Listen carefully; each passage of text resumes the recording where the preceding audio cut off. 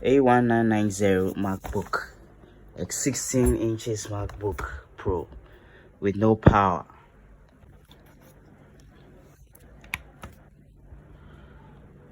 When we plug the charger, we are having 5 volts, no amps drawn.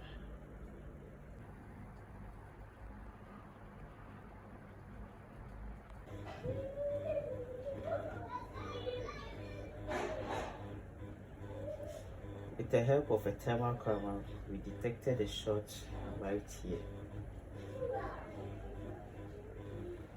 So this is the short with the help of a thermal camera. True voltage injection.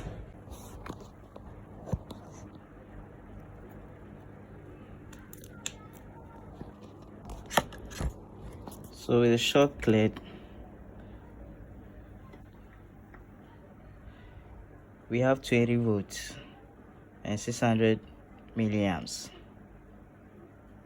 climbing up.